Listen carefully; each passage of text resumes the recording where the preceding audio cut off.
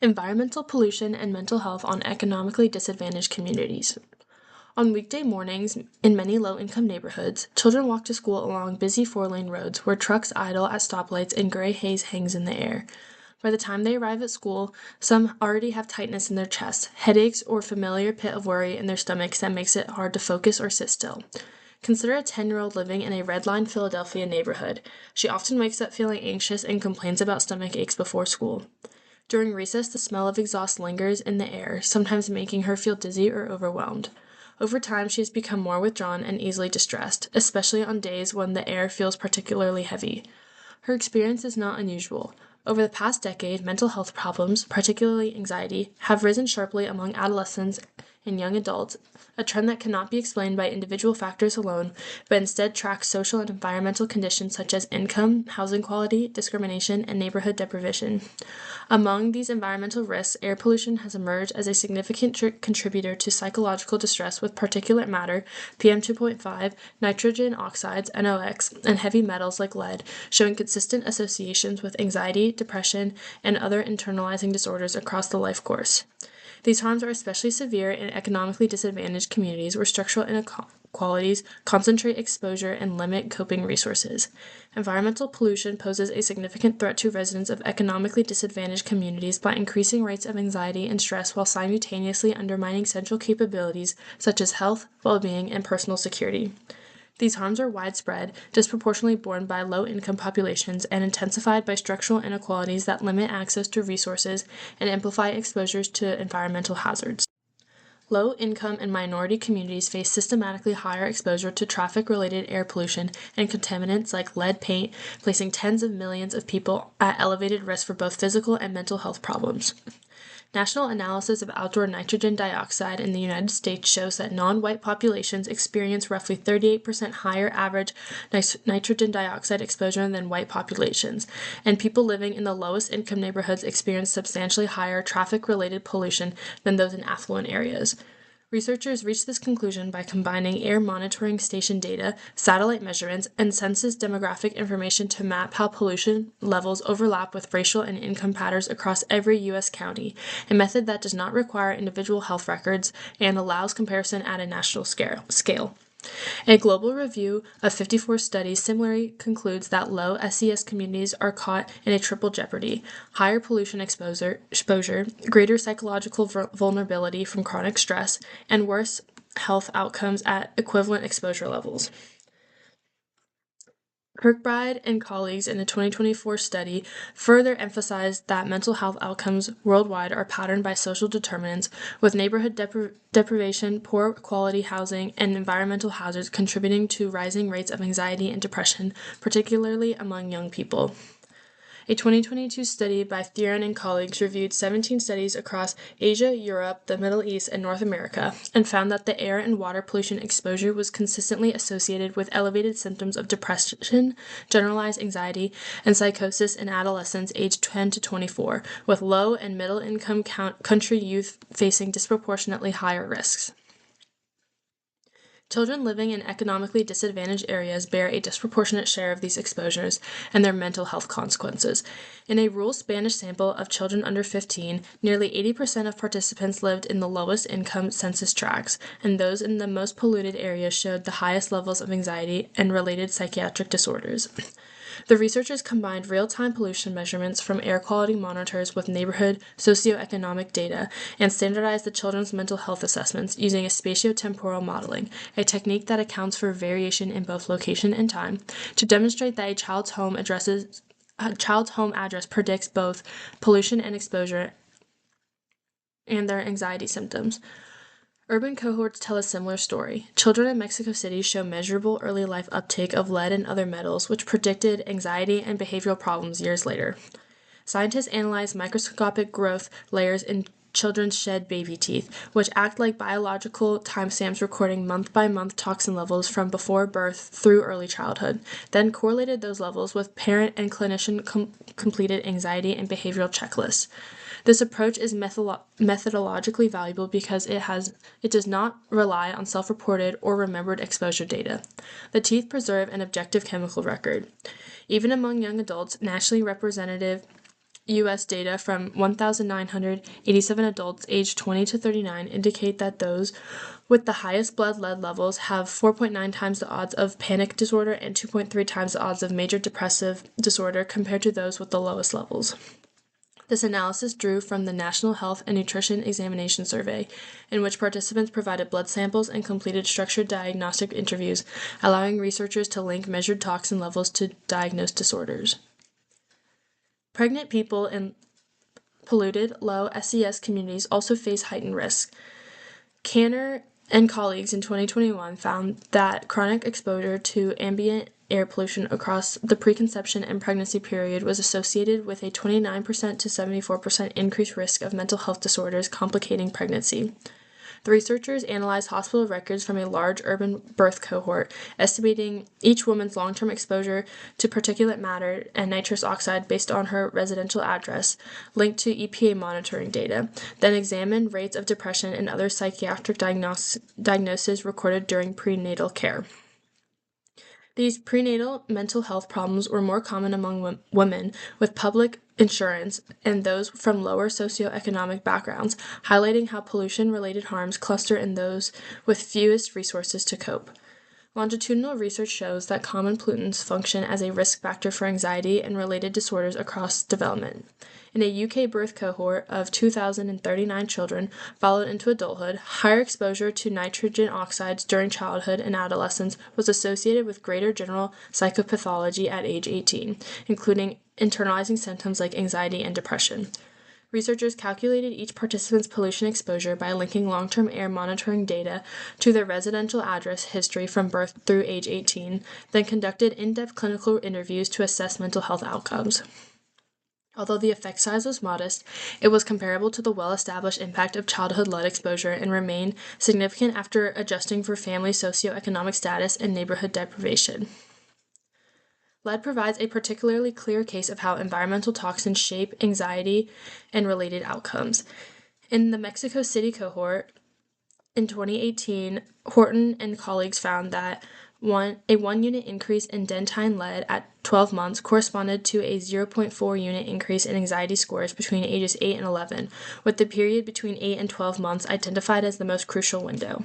A toddler absorbing lead from peeling paint in a pre-1978 apartment is not only at risk for cognitive delays, but accumulating a neurological burden that will surface years later as persistent worry, sleep problems, and difficulty coping with everyday stress. In the New Bedford cohort, every doubling of cord blood lead predicted higher anxiety scores around age 15, and prenatal exposure sometimes showed stronger associations than early childhood exposure.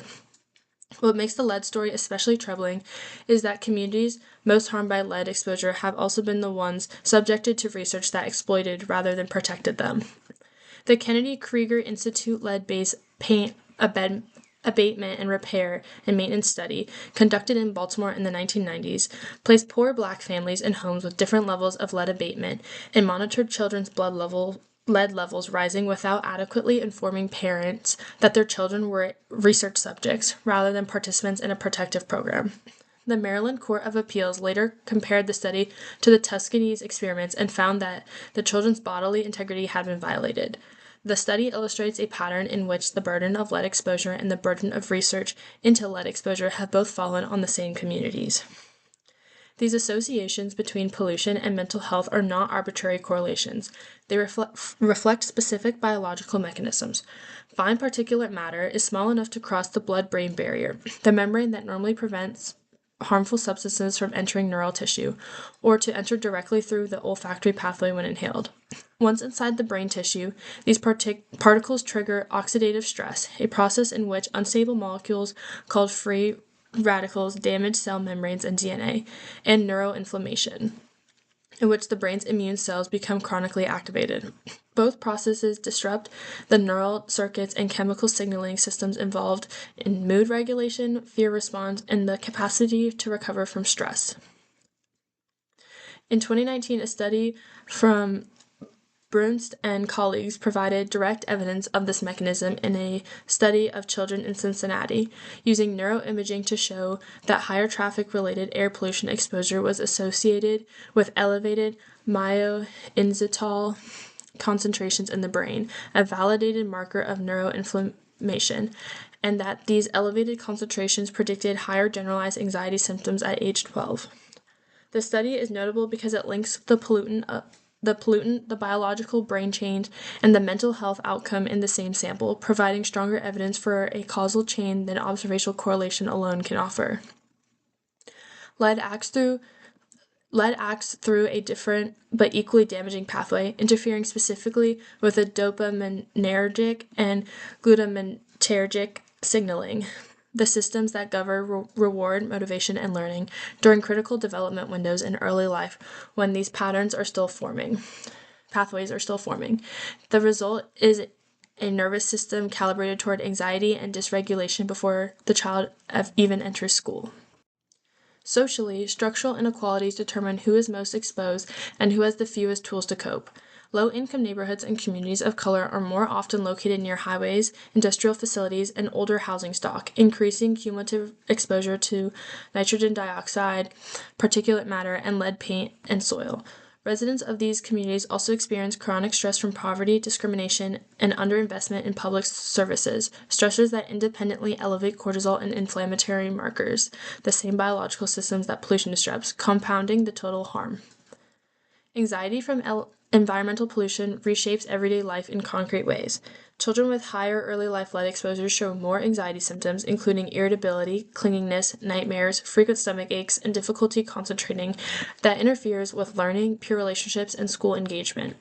Parents report children showing withdrawal from social activities and increased irritability affecting the family dynamics. For a 12-year-old living near a busy highway, this might mean lying awake and worrying about breathing, dreading gym class because of chest tightness, and avoiding social situations because anxiety has become the default response to unfamiliar settings.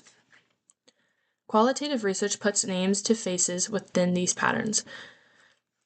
A 2014 study by Mary and colleagues conducted focus groups and in-depth interviews with adolescents in low-income communities across multiple countries, asking them to describe how their physical environment affected their health and well-being. Young people consistently identified pollution, noise, and environmental disorder as its sources of stress and anxiety, describing polluted neighborhoods as places that made them feel trapped and hopeless about their futures. A study in 2023 by A 2023 study by Kamai and colleagues conducted semi-structured individual interviews in English and Spanish with 36 Latina pregnant women and mothers of young children in low-income communities in South Central and East Los Angeles. Participants described foul odors, visible contamination, and neighborhood hazards as constant sources of fear, particularly around what those conditions meant for their children's health. They expressed frustration at feeling powerless to change their environment, despite desperately wanting to protect their families, a tension between wanting to act and having no structural means to do so. This sits at the core of what the capabilities approach identifies as a failure of control over one's environment. Sale and colleagues, a study done in 2021, conducted ethnographic fieldwork and in-depth interviews on air pollution in rural Malawi, finding that community members experience indoor smoke not just as a physical irritant but as a source of moral distress and shame, illustrating how environmental harms become embedded in emotional and social life in ways that go far beyond measurable exposure levels. Adults in polluted, disadvantaged communities face similar disruptions. Young adults with pollution-linked panic disorder experience sudden, overwhelming episodes of fear and bodily distress that interfere with employment, caregiving, and community participation. Pregnant individuals exposed to chronic air pollution show substantial increases in mental health disorders that place both mother and fetus at risk, increasing the likelihood of preterm birth and later developmental struggles. These functional impairments co-occur with broader psychosocial stressors such as financial strain, unreliable employment, discrimination, and under-resourced schools, creating a layered experience of insecurity. Chronic worry and social withdrawal disrupt family relationships and community ties, making it harder to access support networks. For children and adolescents, anxiety-driven disengagement from school undermines educational pathways that are crucial for future economic prospects. Nussbaum's 2008 capabilities approach holds that justice requires securing for all people a threshold level of central human capabilities, including bodily health, bodily integrity, emotions, affiliation, play, and control over one's environment. Pollution-related mental health harms in disadvantaged communities are not merely individual misfortunes. They represent violations of these basic entitlements, made worse by the fact that they fall disproportionately on communities that already face compounded disadvantage. Bodily health is compromised when exposure to lead or air pollution increases the risk of anxiety, pregnancy, complications, and disorders that impair functioning throughout one's life. Bodily integrity is perhaps the most starkly violated capability in this context. It requires not only protection from physical harm, but also that people's bodies are not used as instruments of others' purposes without meaningful consent. Environmental racism violates this in the obvious sense. Residents of overburdened neighborhoods have not consented to absorbing PM 2.5 and NOx and lead on behalf of the industrial economy, but the Kennedy Krieger Institute study illustrates a deeper violation. In the 1990s, KKI enrolled poor black families in Baltimore in a study that deliberately varied the level of lead abatement in their homes and then monitored children's blood levels over time. Parents were not adequately informed that their children were being used as subjects in a non-therapeutic research study rather than receiving protective treatment. When the case reached Maryland Courts of Appeal, the court ruled the researchers had a duty to warn participants of known risks. These children's bodies were treated as measurement instruments for research that serve scientific and institutional interests rather than their own health. This is a violation of bodily integrity that sits on top of the original violation of exposing children to lead in the first place. It illustrates that the burden of lead has fallen on poor black communities, not only through where pollution is permitted to go, but through which communities are considered acceptable sites for research that would never be conducted in wealthier white neighborhoods. The capability for emotions, meaning the opportunity to form stable attachments and experience as a reliable sense of safety, is directly threatened when pollution contributes to chronic anxiety, panic, and mood disorders that distort emotional life from infancy onward. Affiliation is impaired when anxiety and behavioral problems produce social withdrawal, family conflict, and school exclusion, weakening bonds on which community life depends. Play is eroded when children cannot safely use outdoor spaces or are too dysregulated by anxiety to engage with peers. As the Latina mothers in the Kamai study described, even parents' desire to take their children to parks or outdoor spaces is constrained by awareness of environmental contamination in their neighborhoods, limiting what should be an ordinary part of childhood. Finally, the capability to control one's environment is undermined when residents of polluted, low-income neighborhoods have little influence over zoning decisions or environmental enforcement, and lack the means to demand remediation or move elsewhere. Kirkbride and colleagues place these findings within a broader context of seismic transformation in adolescent mental health, noting steep increases in anxiety and depression since 2010 and highlighting environmental factors as consistent contributors. Environmental pollution, interacting with social structures and life course vulnerabilities, produces and deepens anxiety-related harms in already marginalized populations, systematically foreclosing the opportunities that make a fully human life possible. Consider a hypothetical single mother in a low-income apartment near a roaring highway, watching her 8-year-old son come home from coughing from playground dust and asking if the truck exhaust will make him sick like the other kids. She sweeps lead paint flakes from the floor daily but cannot afford to move. This daily dread is not random and is not simply the result of poverty. It is shaped by social structures that funnel environmental hazards into certain neighborhoods while shielding others, a pattern scholars describe as environmental racism. This is where communities of color and low-income populations bear a disproportionate share of population-related environmental harms. These structures do not just expose people to pollutants like particulate matter, nitrous oxide, and lead. They increase anxiety, depression, and stress while eroding central capabilities like bodily health, emotional well-being, and control over one's surroundings. 3 interlocking social structures, specifically environmental racism embedded in zoning and permitting rules, urban planning patterns that sort low-income residents into high-pollution areas, and neighborhood disinvestment that strips communities of protective resources, work together to produce and sustain the mental health harms documented in epidemiological research. Jonathan Eastwood defines social structures as durable, individual spanning combinations of relationships, representations, and rules made of interdependent choices of human beings in which both enable and constrain possibilities for subsequent action. Relationships are repeated patterns of interaction between actors, such as landlord-tenant exchanges, developer-official networks, and regulator-industry ties that determine who gets heard and who gets ignored. Representations are shared meanings that categorize people and places, such as the stereotype of inner-city blight that paints entire neighborhoods as worthless, making their toxic burden seem natural or inevitable. Rules can be formal, like zoning laws and permitting procedures, or informal, like whose complaints receive enforcement attention and whose do not. These elements interweave to distribute risks and resources in pattern and often deeply unjust ways. Iris Marion Young complements this framework by describing structures as social processes organized through institutionalized patterns of discrimination that move marginalized groups into vulnerable positions while empowering others.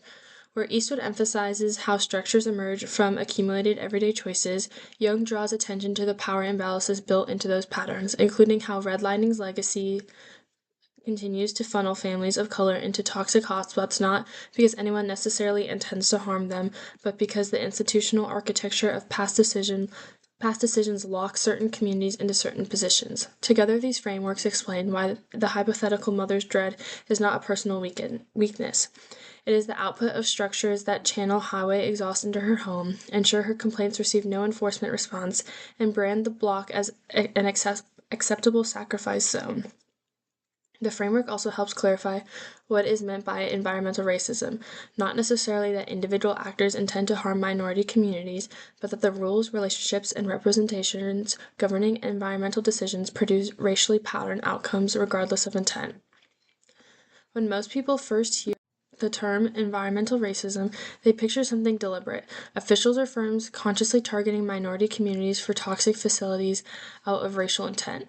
The understanding is not wrong in every case, but it misses most of how the pattern gets produced. This distinction matters for how we assess both evidence and objections.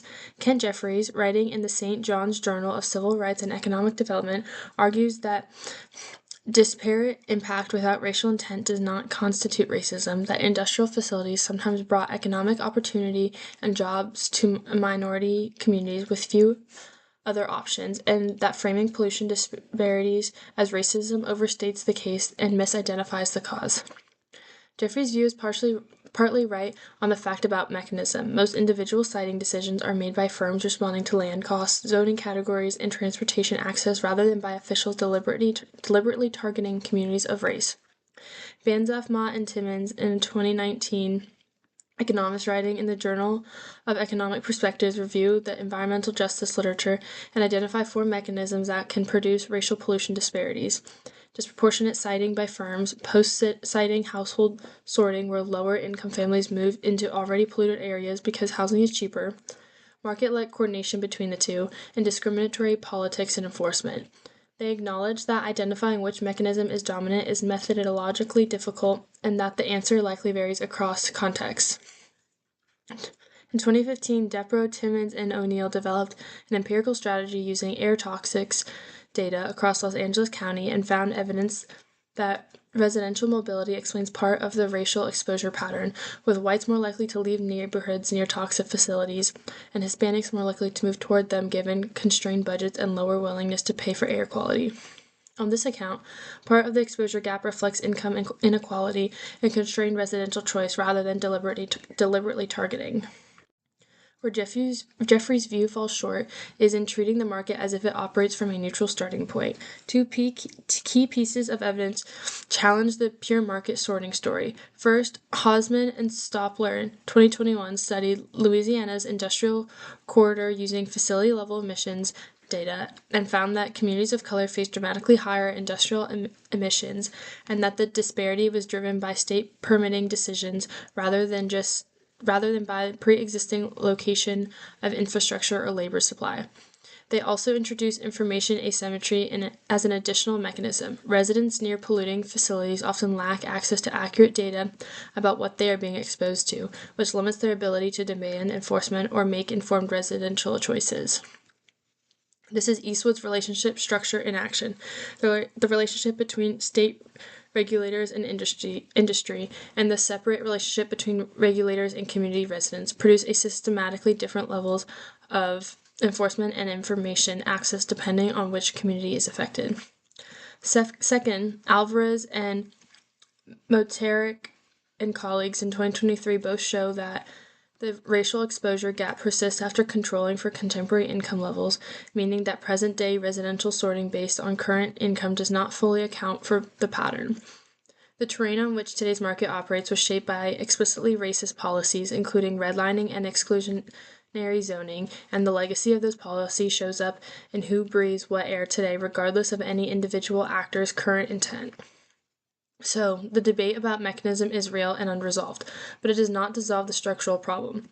The question for analysis is not whether individual actors harbor racial intent, but why racially patterned outcomes persist across so many different decisions and contexts.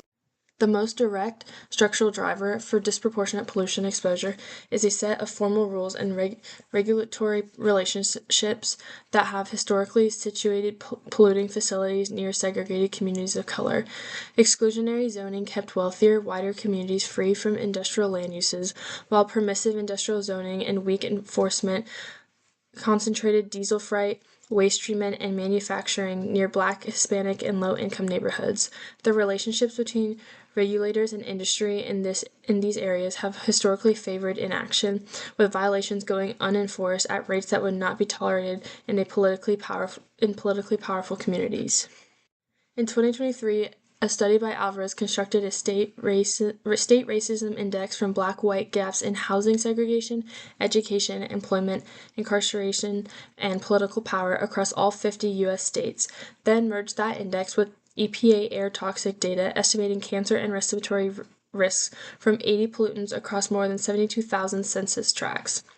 Using multi-level regression, a technique that accounts for clustering of tracts within states and controls for multiple variables simultaneously, he found that tracts in high racism states face 20 to 30% greater air toxic risks even after controlling for poverty and urban density. To illustrate the scale, if a census tract in a low racism state faces a cancer risk of 50 cases per million from air toxics, a comparable tract in a high racism state would face a risk of roughly 60 to 65 cases per million. By controlling for poverty, Alvarez shows that structural racism, not just economic disadvantage, independently predicts exposure. This is an observational study, and its cross-sectional design means it cannot establish that structural racism caused the higher exposure rather than some unmeasured correlated variable. But the consistency of the finding across all 50 states after socioeconomic adjustment alongside the theoretical plausibility of mechanism makes structural racism a credible contributor rather than a mere correlate. A 2023 study by Moteric and colleagues added a historical dimension that strengthens this argument. They overlaid 1930s Homeowners Loan Corporation neighborhood grades, which labeled Black and immigrant communities as hazardous and assigned them D grades, onto modern environmental monitoring data. Particulate matter levels measured from 1981 to 2018 and nitrogen dioxide levels from 2005 to 2019 were both substantially higher in formerly degraded neighborhoods, with a consistent stepwise pattern showing pollution worsening from A-graded to degraded areas even after accounting for current income levels. A historical design like this is particularly useful for causal inference, as it is hard to argue that present-day confounders explain a pattern that traces so cleanly to a 1930s policy decision. 2021 study from Kaufman and Haggett argue that this is why racism, rather than race as a biological category, must be understood as the fundamental driver. It is the institutional history of race policy decisions that explains who breathes the dirtiest air, not any characteristic of affected communities themselves. To make this concrete, imagine a neighborhood in Baltimore that received a D grade in 1937 because most of its residents were black. That grade made it ineligible for federally backed mortgages, which drove down property values, which concentrated poverty, which made industrial land uses easier to permit, which brought diesel trucks and waste facilities, which further depressed values and drove out residents who had other options. Each link in that chain looks like a market or policy decision rather than an act of race malice. The cumulative result is a neighborhood where children today are breathing air that a 1930s bureaucrat racial classification helped determine. Hoffman and Stopler add a crucial finding on permitting. Their study of industrial facilities alongside Louisiana's lower Mississippi River found that communities of color face dramatically higher emissions, driven substantially by state permitting decisions, particularly for chemical manufacturers, rather than infrastructure or labor location. This direct evidence that relationship between state regulatory agencies and industrial firms, mediated by informal rules about whose air quality concerns receive regulatory weight, produces racially disparate outcomes through the permitting process itself. It also illustrates what Eastwood means by informal rules, the unwritten norm that certain communities' objections carry less weight, and the permitting rules process is embedded in regulatory practice without ever being written into law. Beyond industrial permitting, urban planning rules have systematically channeled low-income residents into high-pollution, low-green space areas through decisions about where highways get built, where public housing gets sited, and how land use categories get drawn. A 2014 study by Clark and colleagues documented this pattern nationally by combining air monitoring data, satellite measurements, and census information to map how NO2 levels overlap with racial and income patterns across every U.S. county, finding that non-white populations experience roughly 38% higher average NO2 exposure than white populations. This disparity cannot be explained by any single decision, but reflects the accumulated effect of planning rules applied unevenly across decades. Backinson and colleagues' 2024 study argue that single pollutant analysis understate the true burden because multiple stressors such as pollution, noise, lack of green space, poverty, and housing instability interact non-linearly to produce worse outcomes than any one stressor alone would predict. A community facing moderately elevated particulate matter plus elevated noise plus inadequate green space plus economic precarity is not simply experiencing the sum of those individual harms. Each stressor compounds the other. This cumulative impact framework reshapes what the distributional question actually is, not whether any single pollutant is distributed unequally, but whether the total accumulation of environmental and social stressors is disproportionately concentrated in communities of color. A 2025 study by Fick and colleagues analyzed data from more than 330,000 adults in the UK Biobank, linking residential addresses to modeled particulate matter levels and green space measures, then tracking new onset depression over follow-up periods. Using mediation analysis, a statistical technique that estimates how much of the relationship between two variables is explained by a third, they found that roughly 25% of the socioeconomic status gap in depression risk was attributed to reversible environmental factors including pollution and green space access, with the benefit strongest among the most disadvantaged adults. This is an observational study and cannot establish causation, but the finding that planning valuable factors like green space and pollution levels explain a substantial share of the mental health gap between income groups, and that the gap closes most for those with the fewest residential options is consistent with the argument that planning decisions are not neutral with respect to mental health outcomes. A 2005 study by Downey and Van Willigen surveyed over 1,800 residents across 150 census tracts near industrial facilities and found that facility proximity predicted 0.3 to 0.5 standard deviation increases in psychological distress and depression symptoms, with effects strongest among low SES and minority residents. Crucially, the researchers found that the effect operated not only through physical exposure, but through residents' perceptions that living near industry signaled their community's devalued status. This is Eastwood's representations functioning as a psychological mechanism. The shared meaning of a neighborhood as a sacrifice zone becomes a source of chronic stress layered on top of whatever the pollution itself is doing biologically. The third structural driver compounds the first two by stripping overburdened communities of the resources that might otherwise buffer the effects of pollution. When a neighborhood is branded as blighted in planning documents and political discourse, it tends to receive less public investment. Schools are underfunded, parks are unmaintained, health clinics are scarce. Residents facing higher pollution burdens also face fewer coping resources, less access to mental health care, and less political power to demand remediation or enforcement. Backensen's study and colleagues' study, Cumulative Impacts Framework, captures this dynamic precisely. The harm is not just pollution plus poverty, but the interaction of multiple stressors in a system where each one makes the other one worse, and where the absence of protective resources removes what might otherwise be a buffer. A 2017 study by Dory and colleagues conducted 43 in-depth interviews, each lasting 70 to 140 minutes, with residents near a heavily contaminated Passaic River in New Jersey, using a phenomenological approach focused on how residents made meaning of their environment.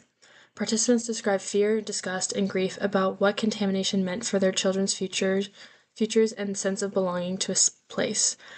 The researchers also found that awareness of hazards compounded stress even when direct exposure levels were uncertain, showing how the representation of a neighborhood as dangerous becomes a psychological burden independent of what monitoring data shows. The contamination did not need to be measured to be felt. The label of danger applied to an entire neighborhood was itself a source of harm. Kamai found similar patterns among 36 Latina mothers in low-income communities in South Central and East Los Angeles.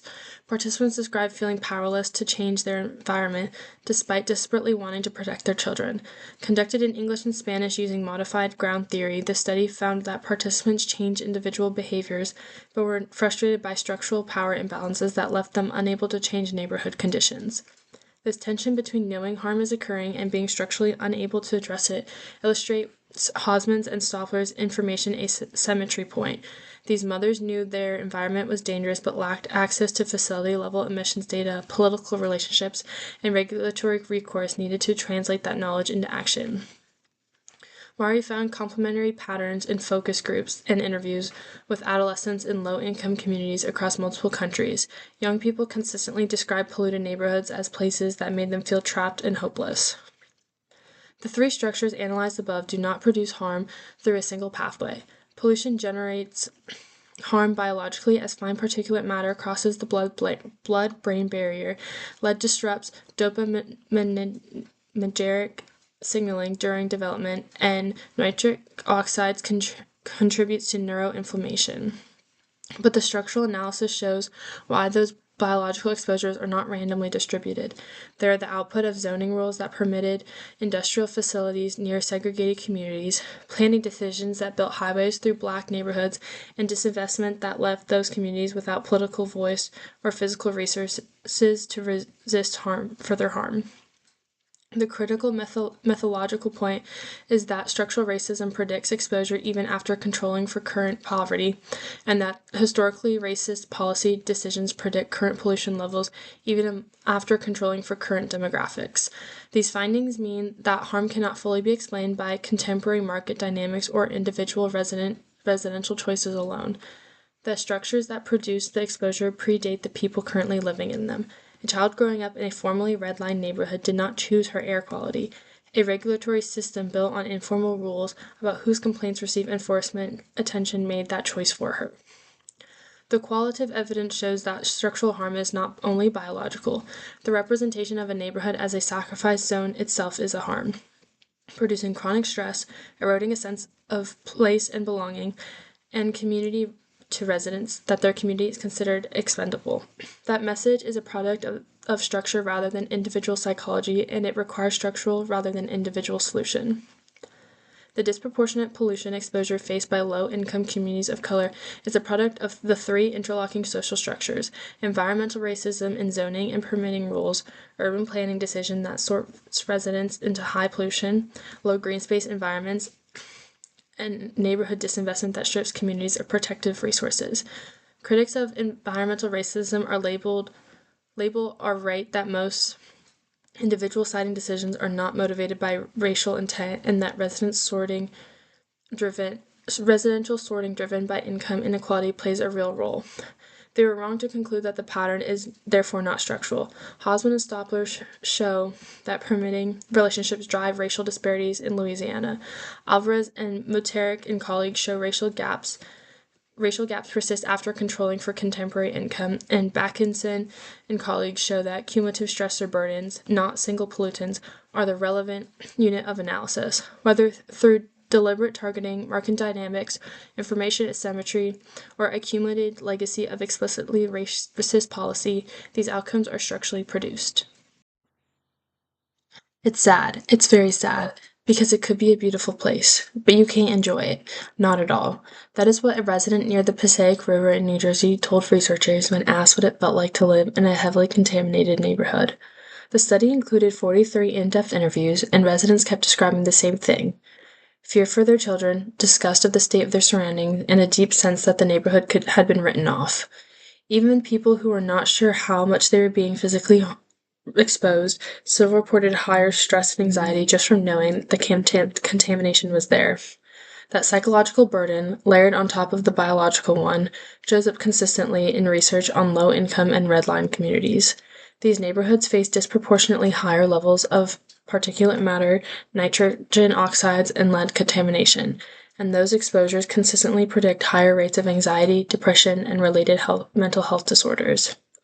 Two responses are both practically effective and morally required in historically redlined and high-pollution neighborhoods: municipally financed greening of vacant lots and equity-focused enforcement of cumulative air quality standards combined with a funded lead abatement program.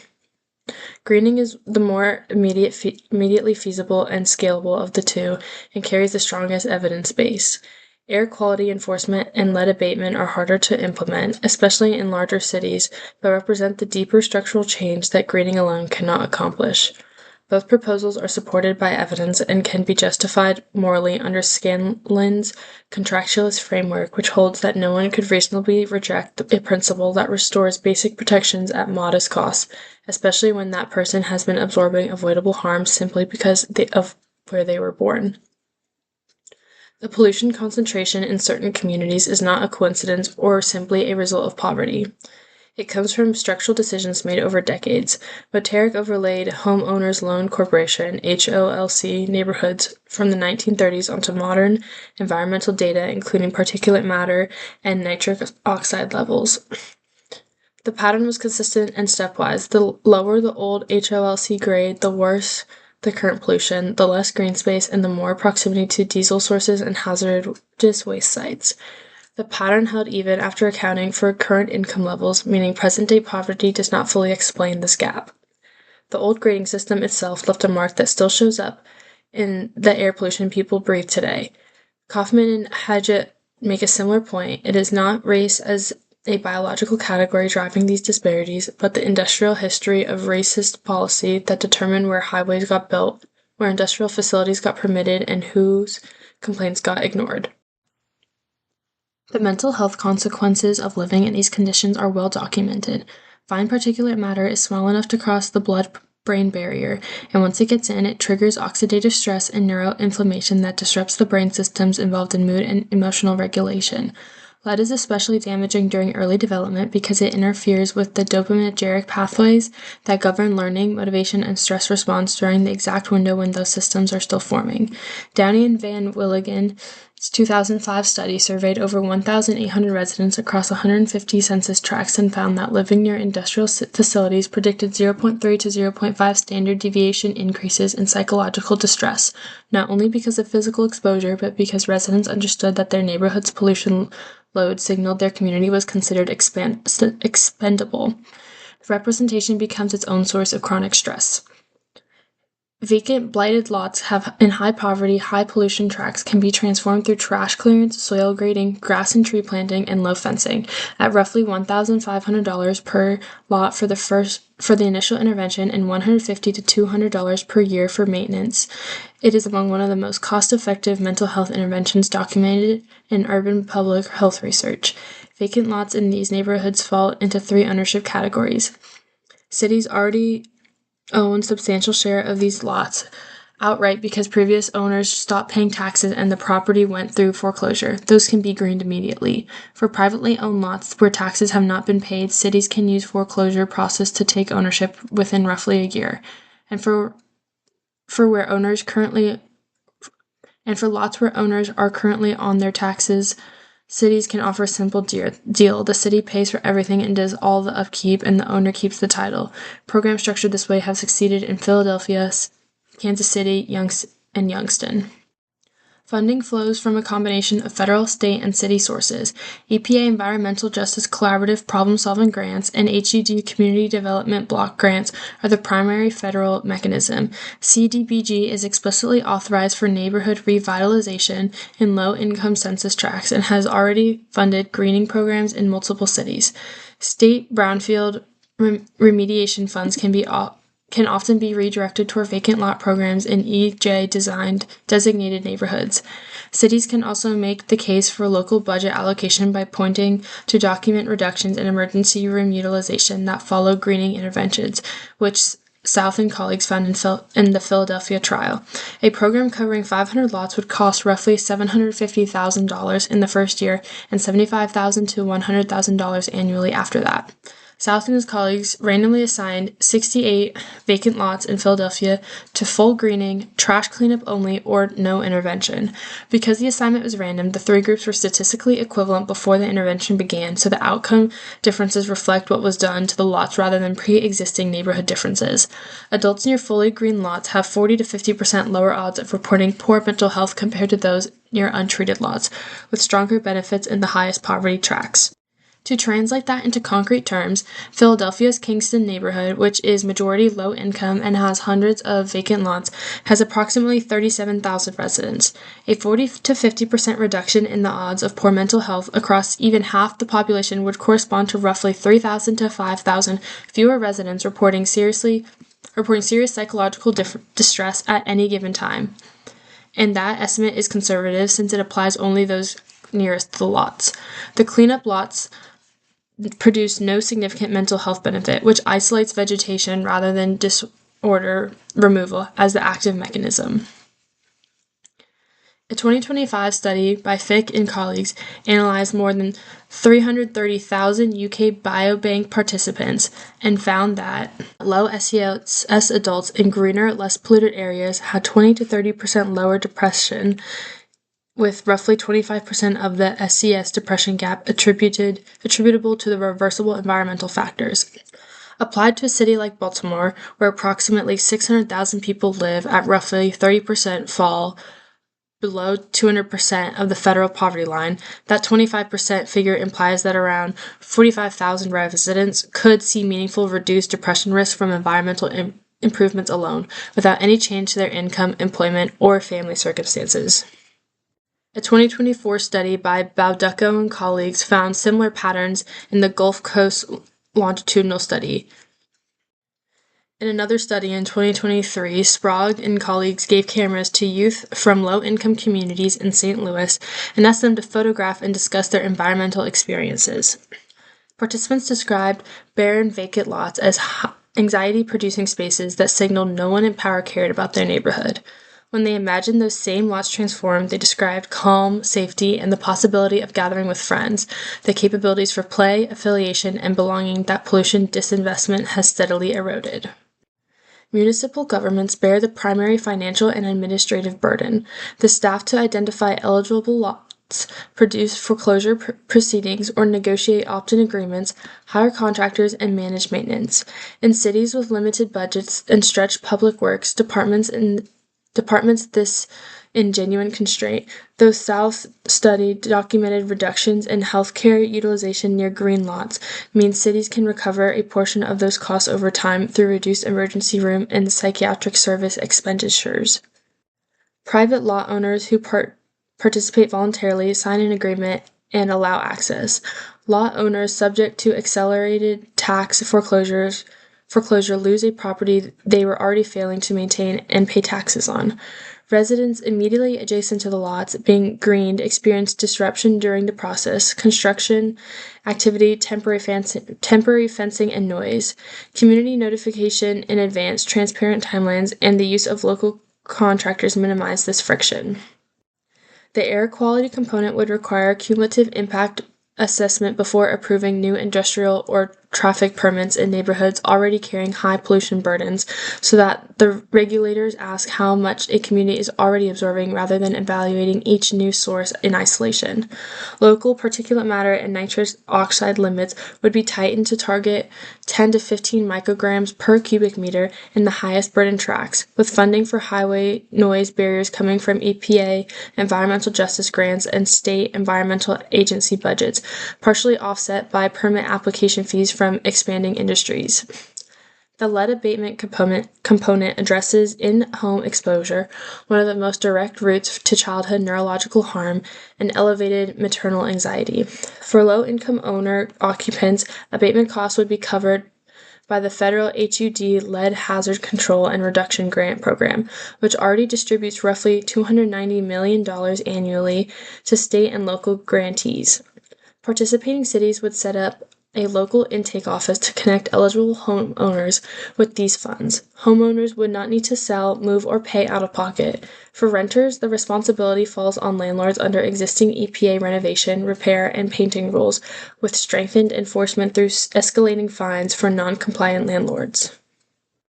A 2021 study by Rubin and colleagues followed 2,039 children in the UK from birth through age 18, using land use regression modeling to estimate each child's NOx exposure based on their address history, then conducting structured clinical interviews for anxiety and depression at age 18.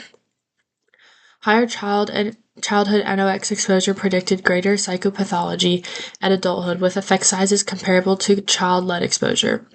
The association held after adjusting for family income and neighborhood deprivation. The post-1980 U.S. lead phase-out provides a natural experiment. Blood lead levels in children dropped roughly 90% over 2 decades, and subsequent research linked that decline to measurable reductions in behavioral and psychiatric outcomes in those cohorts.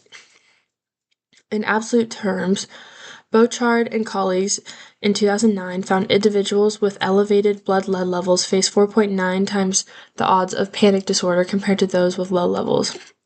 If we apply that ratio to a city like Detroit, where historical lead contamination rates have been among the highest in the country, and where roughly 250,000 children were exposed in affected neighborhoods over several decades, even a partial reduction in that exposure rate, say 50% reduction in the share of children with elevated blood level, could translate to thousands fewer adults developing panic disorder in those cohorts.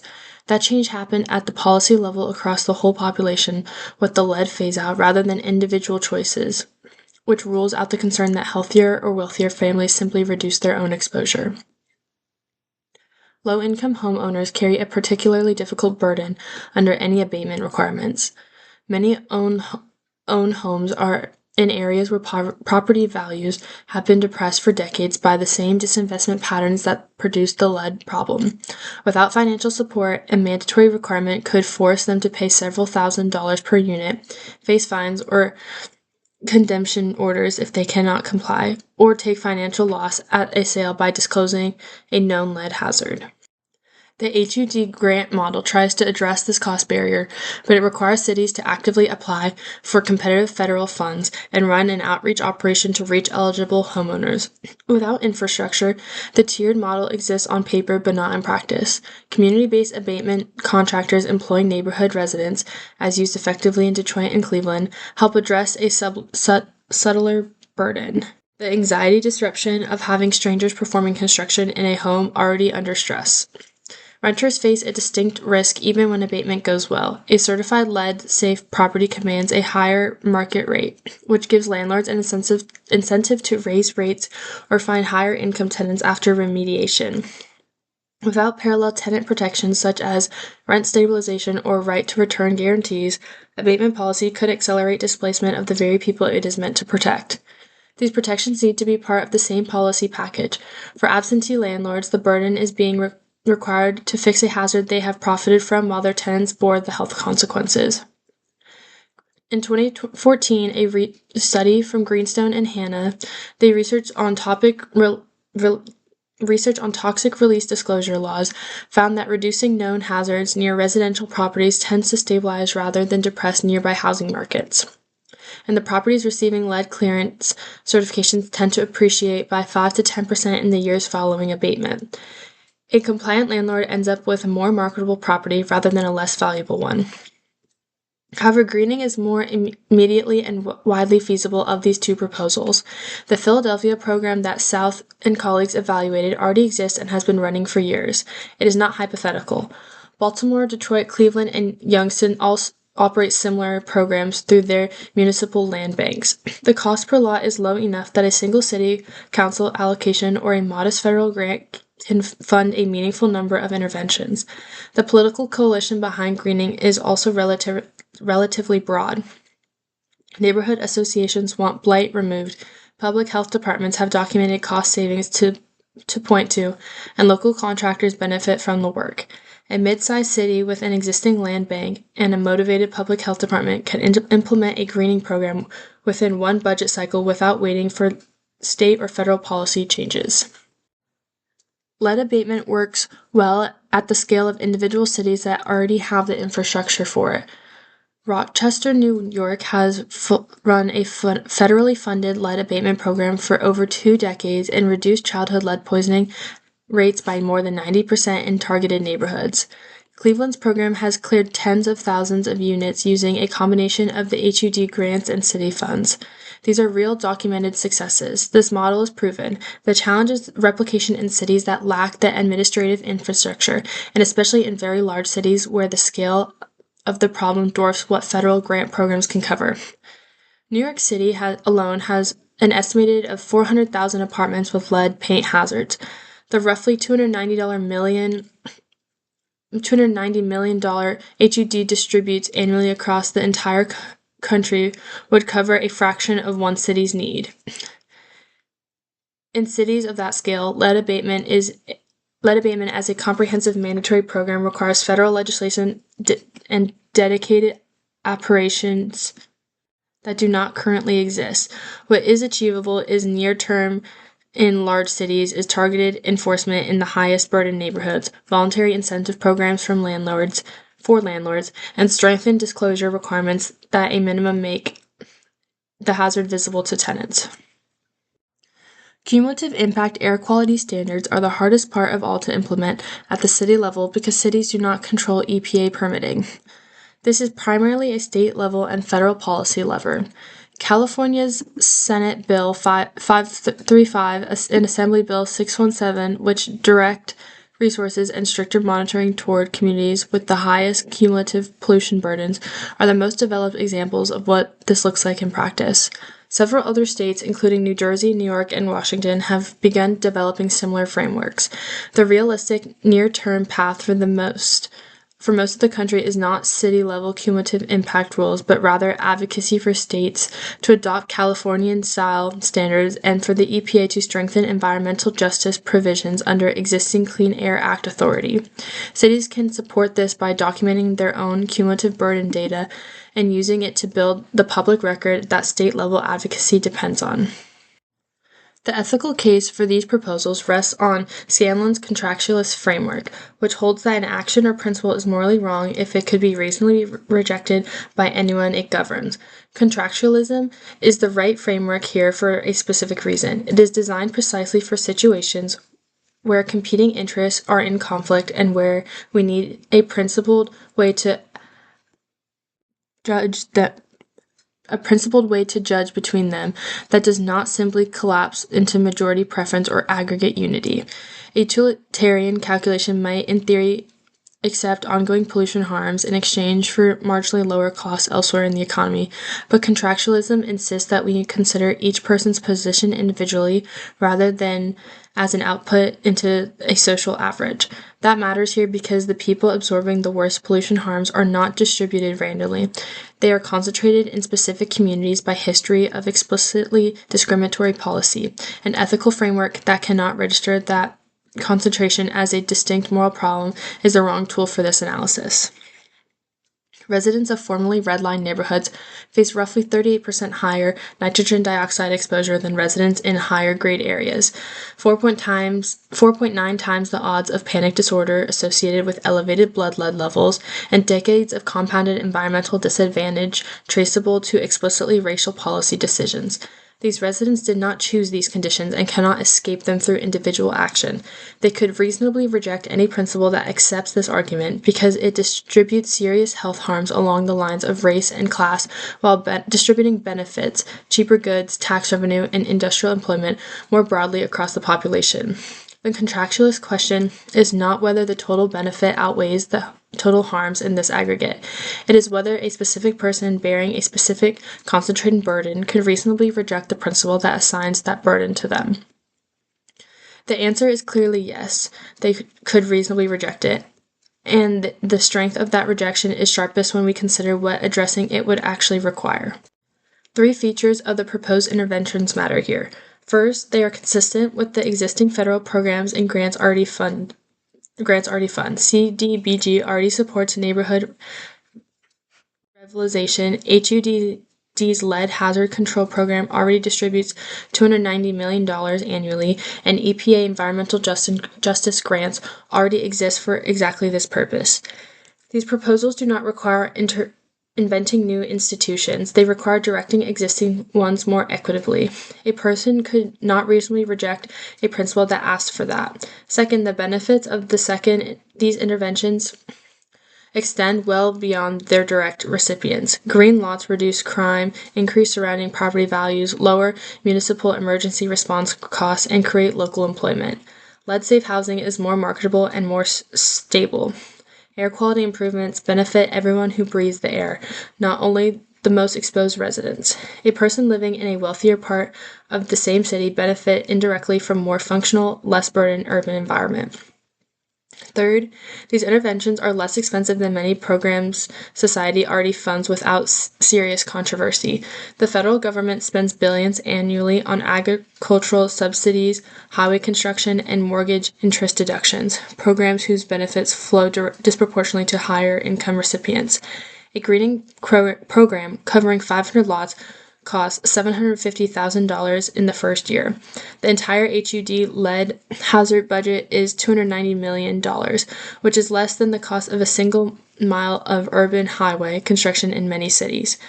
No one who has accepted those expenditures can reasonably reject these ones on the grounds of cost alone.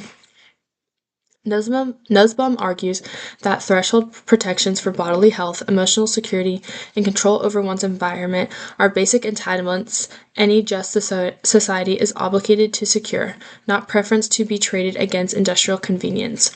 These proposals restore those thresholds, imperfectly and incrementally, at costs that are proportionate and broadly shared. The burdens they impose fall on actors who are far better positioned to absorb them. Industrial facilities face modest compliance cost increases. Absentee landlords are required to remediate hazards they have been profiting from, and municipal governments administer programs with existing federal funding behind them. None of these burdens approach the severity of what the residents in overburdened neighborhoods currently absorb. Tightening pollution controls could push industrial employers out of urban neighborhoods, taking jobs that low-income residents depend on. Some firms do relocate when compliance costs increase, and job loss in already struggling communities carries real mental health consequences. Greenstone and Hanna's research on disclosure-driven emissions reductions found that compliance costs in the range proposed here tend to produce housing stabilization rather than economic collapse near regulated sites. Pollution's own economic toll in lost wages, emergency room visits, reduced school performance, and diminished workforce participation exceeds $100 billion annually in the United States. Greening programs create local jobs. Philadelphia's program produced over 200 per year. The current arrangement, concentrated toxic harm borne by low-income residents and cost savings diffused across industry and consumers, is precisely what a reasonable person in the affected community could reject under Scanlon's framework. Some argue that calling these patterns environmental racism overstates things, since industrial facilities locate near low-income areas for economic reasons rather than racial intent. Most siting decisions are driven by land costs and zoning rather than deliberate targeting. Voltaire's and colleagues' findings that the HOLC degraded tracts face higher pollution even after controlling for current income shows the pattern is not fully explained by present-day economics. The grading system, which was explicitly racial, helped lock in place base disadvantages that market forces did not create and have not corrected. Whether or not anyone today intends harm, specific communities bear specific burdens because of their racial and economic history, and that outcome is what residents could reasonably reject regardless of the intent behind the decisions that produced it. A critic might also argue that Scanlon's framework is the wrong one to use here and that an utilitarian approach would maximize total welfare across the population is more appropriate for the public policy questions of this scale. The response is that utilitarian aggregation is precisely the reasoning that has historically licensed the current distribution. The benefits of the industrial production and cheap land near urban core are real and broadly shared, and a utilitarian calculation that counts all those benefits could, in principle, justify the concentrated burden on overburdened communities as an acceptable trade-off. Contractualism refuses that move by insisting that concentrated harm cannot be dissolved into aggregate benefits. A person bearing 4 times the average pollution burden is not consoled by the fact that industrial pollution raises average income. Contractualism registers that asymmetry is a distinct moral problem in a way that aggregate utility does not. The Passaic River resident who said, "You can't enjoy it, not at all," was describing something beyond contamination levels on the EPA chart. She was describing the erosion of her capability to feel at home in her own community, to let her children play outside without fear, and believe her neighborhood was worth caring for. Greening vacant lots is achievable now in many cities with funding that already exists, and the evidence behind it is amongst the strongest in urban public health research. Lead abatement and cumulative impact enforcement are harder and require stronger federal and state commitment than currently exists, but they are concrete, funded steps in the right direction, and they move real harm off the people who have been absorbing it the longest. No one could reasonably reject these proposals, not on the grounds of cost, not on the grounds of novelty, and not on the grounds of aggregate benefit, because the people most affected by the alternative did not choose it and cannot escape it. That is what makes the obligation to act not just prudent, but just.